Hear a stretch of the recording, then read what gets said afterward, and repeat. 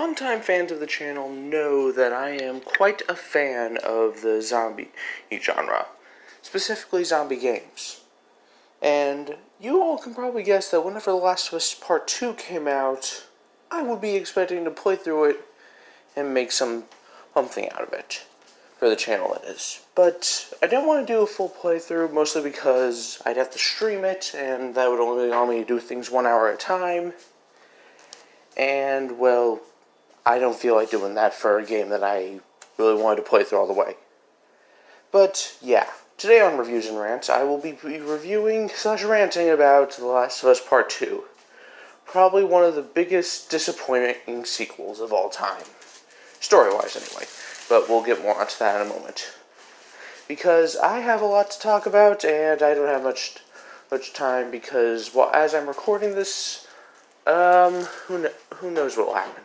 It's early in the morning, and I really just want to hurry up and get this done. Anyway, obviously, since this is going to be a review, spoiler alert for the whole game is in. So if you haven't played it, watched it, or already been spoiled on it, go do one of those things, because I don't want to be the guy that spoils it for you. Anyway, let's begin.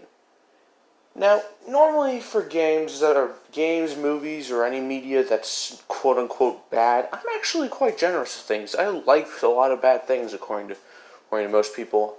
I actually think the B-movie is okay. Before anyone raises their pitchforks and torches at me, I'm just a nice person. Get over it. But, yeah. Over time, I've kind of gotten less generous with games and movies. Heck, Toy Story 4 was awful in my opinion. But, yeah. I can't help but notice that some issues in The Last of Us Part 2's story kind of just break it just make it awful for me. Yeah. Killing Joel quickly. That's something I'm going to have to talk about right here. I expected Joel to die. Me and a few others expected it. That's not the thing that screwed up the most. It's kind of how they killed him, as well as just making Ellie's story of revenge. It's just not that good. If Joel would have died protecting Ellie, kind of similar to how he could have died at the certain segment in Last of Us Part 1, I think a lot of us would have been fine with that. But, yeah, no. Now, here's just something I think should have happened. People have probably already made something about this, but I'm just going to go ahead and say what I think. If Abby and her group, because we see that's actually a lot bigger than originally, destroyed Jackson and just caused all the survivors to be scattered, including Joel and Ellie, those two argue which option is better: avenging the home, which would be Ellie's suggestion considering her revenge story, or Joel, who would rather just try to find everybody. I don't know if that's something Joel will do, but that's just something I would rather see. It wouldn't be the best plot, but it would have been better than this, in my opinion. The quest for revenge, which in the end is pointless. I'll explain it later, but out of the group that Abby formed, Ellie did kill 4 of them, and that were Joel, and then Joel's brother Tommy killed another one. I think that's most of them, besides the main one. We'll get more into that in a moment. But Abby, after we get to a certain point, we then play as Abby, Joel's killer. And my only thought when I played through that whole sequence is, okay, move on. I don't care if you're trying to humanize her. I want to get back to Ellie and kill this freaking bitch. And you can probably imagine how I felt at the end of that section. Because that section, I had to fight against Ellie. Look, when Devil May Cry I4 made me have you play as Nero versus Dante, I knew it was going to end good. This was just making me think that, oh crap, we're going to lose more characters. But, yeah. If you want to humanize a character, don't make me play as them even after I realize that they are not actually a good person. Abby is not a good person. She killed Joel, which I guess she was kind of justified in. He did kill her father and a bunch of other Fireflies, but yeah. So yeah, also, the Doctor is the doctor that we quote-unquote could kill in the end of Last of Us Part 1, that, the doctors that you don't have to kill, yeah, apparently they're automatically killed. Which I think is just a low point in the game. Aiming on Naughty Dog's point, because, let's be honest, not all of us would kill the doctors. We would punch one of them to get it out of the way if we could, and then just move on. Or, just shoot an arrow at him. You don't have to kill any of the doctors, technically. You could injure one and leave. But, yeah, moving on. But during that little confrontation of Ellie versus Abby, Ellie lost her friend Jesse, who was Ellie's ex-girlfriend's boyfriend. Dina's ex-boyfriend. Yeah, there we go. And, yeah. Abby's storyline ends up with her befriending someone from a different group called... I already forgot what they were called, honestly. I haven't played the game in weeks, and I honestly don't care about that. But, yeah. Abby had the storyline with two kids from a different group who were mixed up in some bad things.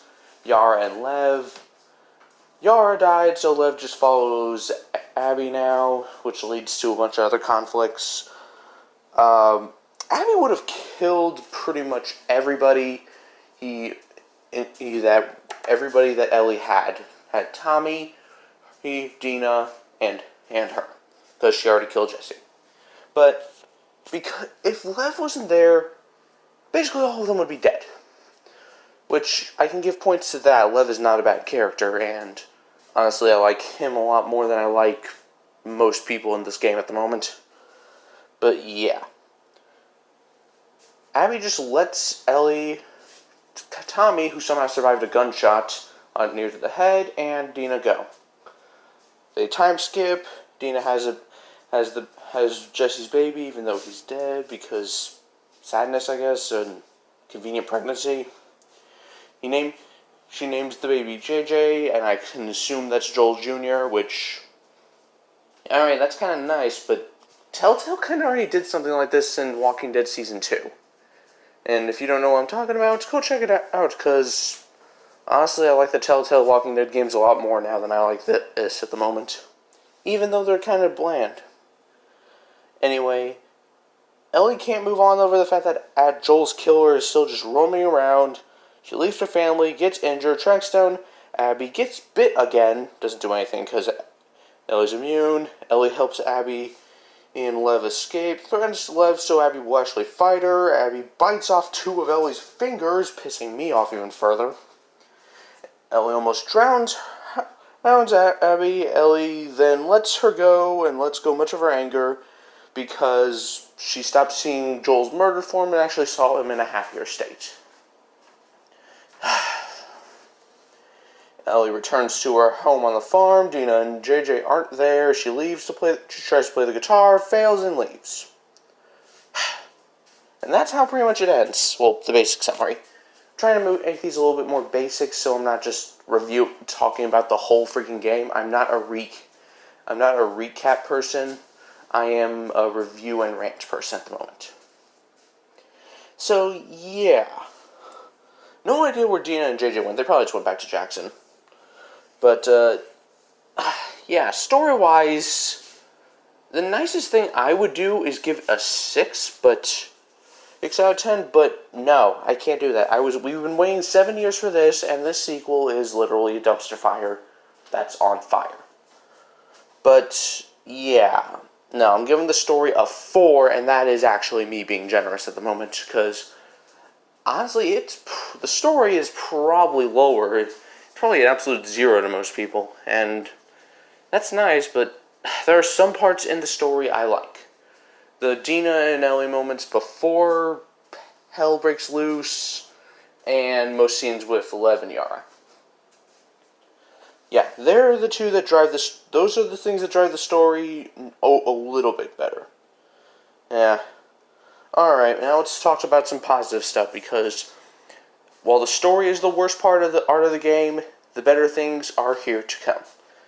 Because the positive points are, one thing is the graphics, because, shocker, Last of Us has always looked good. But the first game was great looking at its time, and the second one improved off that, basically. It looks great. I have high hopes for better looking games even further now, especially since we're getting some new consoles that I won't be able to get anytime soon. Though I will probably try to get the PlayStation 5 as soon as possible, just so I can play the new God of War when it comes out. Whenever that is. I haven't really looked into it. Oh, and Spider-Man, wow. And Spider-Man Miles Morales, because I want to turn invisible and electrocute people. Miles Morales is awesome. And that's also a reason why I want Spider-Verse 2. Yeah, but yeah, graphics-wise, the game, Last of Us Part 2, looks amazing. I think it improved a lot from the first one. Graphics, 10 out of 10. And now, last but not least, gameplay. What to say about the gameplay of Last of Us Part 2? Yeah, I absolutely love the gameplay. It is awesome. And honestly, this is kind of tricky to say on one hand because a lot of stuff is happening. It mostly uses similar concepts that the first game had, which, great, it should. But it did make some other changes that are kind of hard to get used to at first. Specifically, maybe just because I suck at the dodge mechanic, but I eventually got good at it.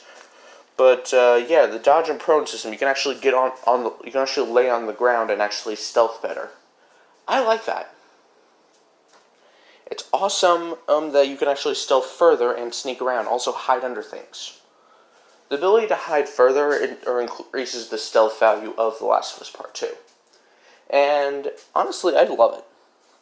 I like how you can craft more things now, like arrows and explosives and other things. And now you can find books of upgrades instead of just, well, actually you kind of can in Last of Us Part 1, but yeah. Sorry, I'm trying to do this quickly. You can find books to unlock the upgrade skill trees, or just upgrades, not skill trees. It's awesome that you can do that. The puzzles are a bit more in depth, so you actually have to find notes and enter the combination yourself. Enemies are kind of like the last game with some new infected humans with bows and some dogs. Overall, yeah, the gameplay is solid. I would give it a solid 9 out of 10. And yes, that makes my overall score 23 out of 30, which, according to my math, is a 76%. So yeah, game's an average. Average because of gameplay and graphics, but for story-wise, it is the worst. Worst in the series, worst, and I'm hoping that Naughty Dog pulls a Capcom and just resets it. Like they're doing with Resident Evil at this rate. Speaking of which, as soon as I get my hands on Resident Evil 3, I might stream that just because I really want to stream Resident Evil. I don't know. So yeah, that is my review. And remember, everything here is just my opinion, so yeah. You can think, oh my god, this game is awful, why are you giving it such a high rating? Well, like I said, consider the graphics and the gameplay, you get yourself a higher score. Considering just the story, well, I would say I wasted $60, which I kind of did. Well, that's all for this video. Peace out, people.